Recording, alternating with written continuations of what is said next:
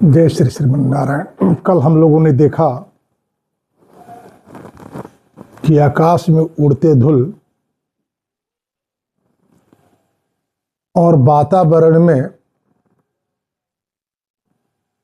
फैलते आवाज कोलाहल को सुन और देख आर्य श्री राम लक्ष्मण से कहे कि लक्ष्मण, जो इस चित्रकूट के भौगोलिक परिस्थितियों से, खगोलीय परिस्थितियों से पक्षी अनजान होते हैं, वे भी यहाँ पर सहज ही प्रवेश नहीं पा सकते। फिर इतनी बड़ी सेना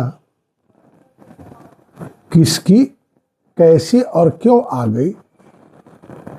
क्योंकि आकाश धूल से आच्छादित हो रहा है, दिशाएं सैनिकों के कोलाहल से पूरित हो रही है। वन्य जंतु जत्र तत्र भाग रहे हैं। जरा देखो तो सही, फूलों से भरे हुए शाल वृक्ष के ऊपर चढ़कर लक्ष्मण ने देखा कि उत्तर दिशा से एक बहुत बड़ी सेना आ रही है। शीघ्रतापूर्वक भगवान श्री राम से अग्नि को बुझा देने एवं सीता को किसी गुफा में सुरक्षित प्रवेश कराने की बात कहा, शस्त्र सन्नद्ध होने की बात कही। भगवान राम ने कहा कि पल ये तो देखो कि सेना है किसकी। लक्ष्मण ने विशेष दृष्टि डाली और उस सेना के ध्वज पर अयोध्या के राज चिन्ह कोविदार अंकित दिखे।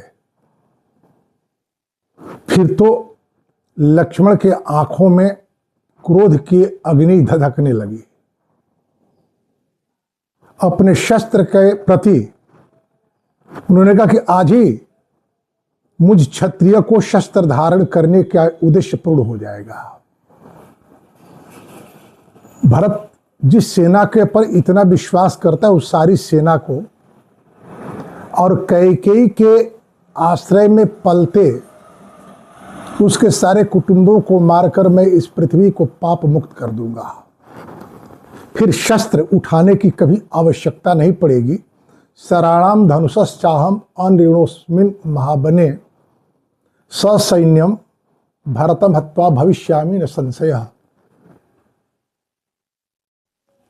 लक्ष्मण के मुंह से जैसे ही भरत शब्द सुना भगवान श्री राम ने,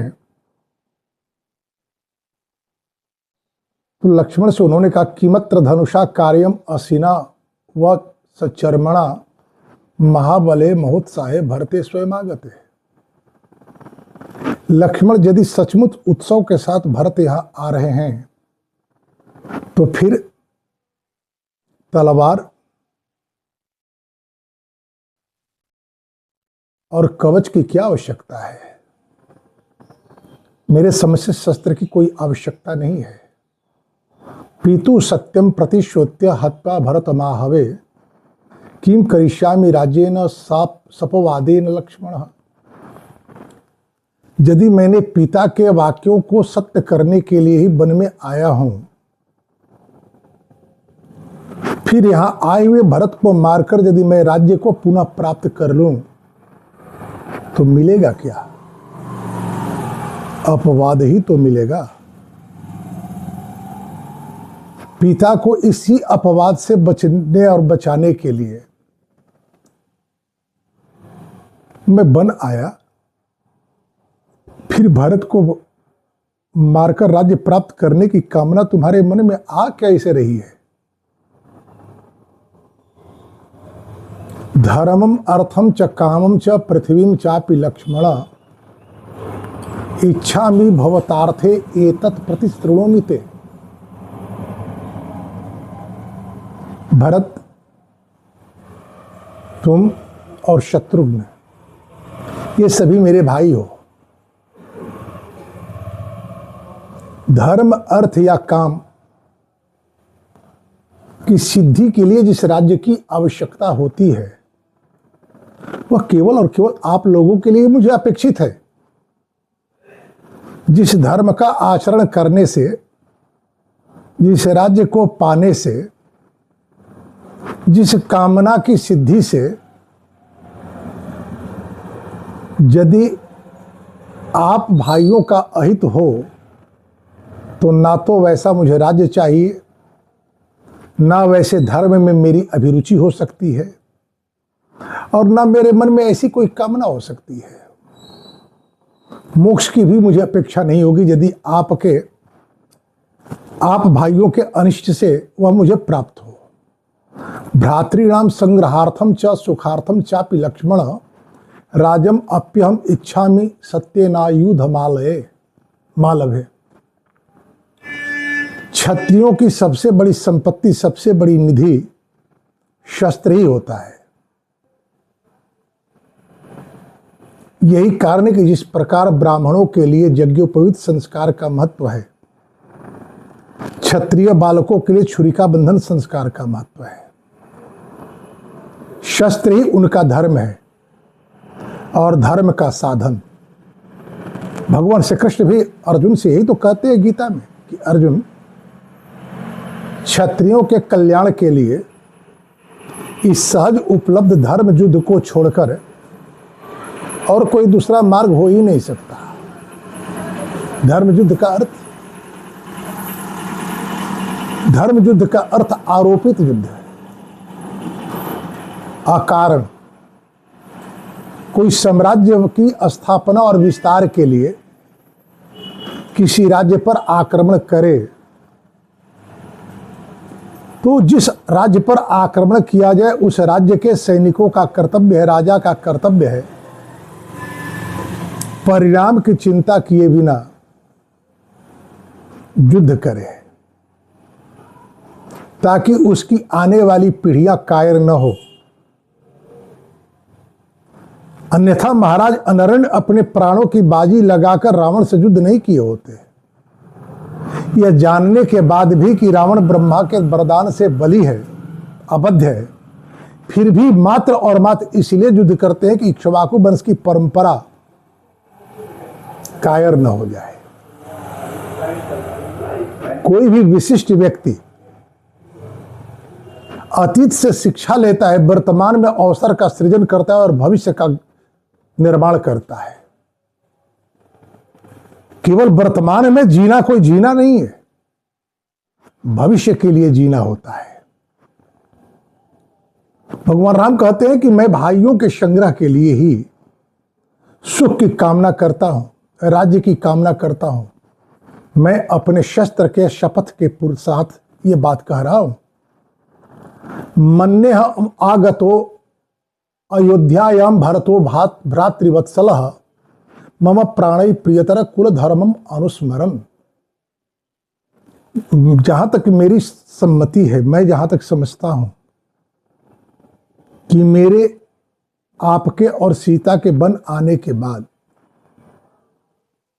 जब मेरे प्राण से अधिक प्रिय भरत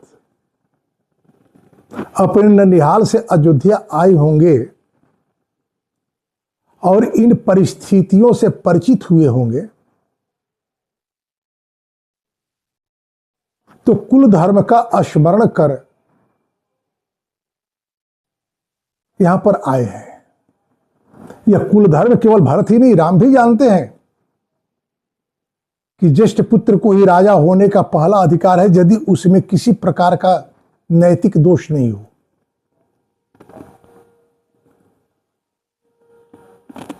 ज्योतिष शास्त्र का सिद्धांत है तृतीय से तनव लाभे स्वभुजार्जित वित्तवान।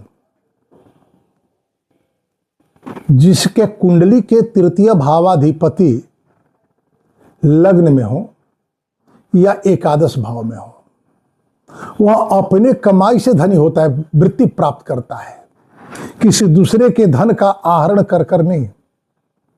भरत की कुंडली मीन लग्न की है और मीन राशि में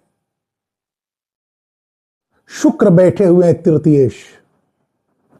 वहीं प्रभु श्री राम की कुंडली कर्क लग्न की है और उनके तृतीय भावाधिपति बुध एकादश भाव में बैठे हैं। जिस व्यक्ति के जीवन में अपने स्व पुरुषार्थ से वृत्ति की संभावना होती है, वह अपने भाइयों के अधिकार का आहरण क्यों करेगा? ना तो आर्य राम को अपने भाई के स्वत्व का आहरण करने की आवश्यकता है और ना ही भाई भरत को अपने भाई राम के आहरित राज्य पाने की कोई कामना है, क्योंकि इनकी कुंडली, इनका जो जन्म हुआ है, उस जन्मकालीन ग्रहों की जो स्थिति है, उस स्थिति से वे अपने स्वाभाविक पुरुषार्थ से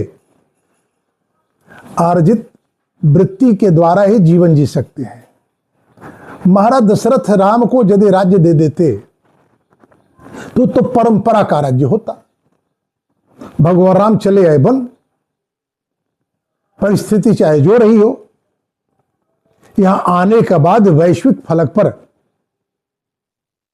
इन्होंने अपनी एक ख्याति अर्जित की। तब जाकर के इन्होंने अपने पिता के राज्य का संरक्षण किया। किष्किंधा अति श्रृंगबेरपुर इनको आमंत्रित कर रहा था, ये नहीं गए। अपने भुजाओं से वैश्विक स्तर पर इनकी अपनी पहचान बनी। उसके बाद ही ये अपने पिता के राज्य का संरक्षण किए। वो भी लौटते समय हनुमान जी को भेजे थे कि जाकर भरत को देखो, यदि भरत के मन में किंचित मात्र भी राज्य की कामना हो तो हम यहीं से लौट जाएंगे, फिर अयोध्या नहीं जाएंगे। इसकी कथा हम लोग आगे देखेंगे। भगवान श्री राम कहते हैं, अम्माम च कैकेयीं रुष्य भरतश्चापि वदन प्रसाद्य पीतरम श्रीमान राज्य में दातु आगतः। लक्ष्मण, मैं समझता हूं कि भैया भरत अयोध्या आने के बाद अपनी माता कैकेयी से रुष्ट होकर पिता को समझाकर स्वयं यहां मुझे मेरा राज्य लौटाने आए हैं। विप्रियम कृत पूर्वम ते भरते न कदानुकिम ईदृशम वा भयम तेद्य भरतम यद विशंकसे। लक्ष्मण, मैं नहीं समझता कि भरत तुम्हारे प्रति पूर्व में कोई ऐसा अपकार किए हो जिसके कारण तुम्हारे मन में उनको लेकर के ऐसा विक्षोभ है, ऐसी आशंका है। भरत के, लक्ष्मण के मन में यह आशंका थी, अपने लिए नहीं। भैया राम के प्रति इनके मन में इतना अधिक अनुराग है। मां कौशल्या जो ये बात कही कि भरत को देखकर मेरी सेवा में नियुक्त सेवक मुझसे बात करना बंद कर देते हैं, भरत को लेकर के लक्ष्मण के मन में उसी समय एक विचार दृढ़ हो गई। लेकिन यह भरत का अपना मूल चरित्र नहीं था। भरत प्रेरित किए जा रहे थे उस महत्वाकांक्षा के द्वारा, जिस महत्वाकांक्षा के कारण कैकेयी महाराज दशरथ से विवाह करने के लिए उद्यत हुई थी। तो भगवान राम कहते कि लक्ष्मण, भैया भरत के प्रति तुम्हारे मन में इतना आक्रोश है, मुझे समझ में नहीं आ रहा कि पूर्व में उन्हें तुम्हारा कोई अपकार क्या हो, मुझे तो ज्ञात नहीं है। तो फिर इतनी उद्विग्नता क्यों, इतनी आक्रोश क्यों?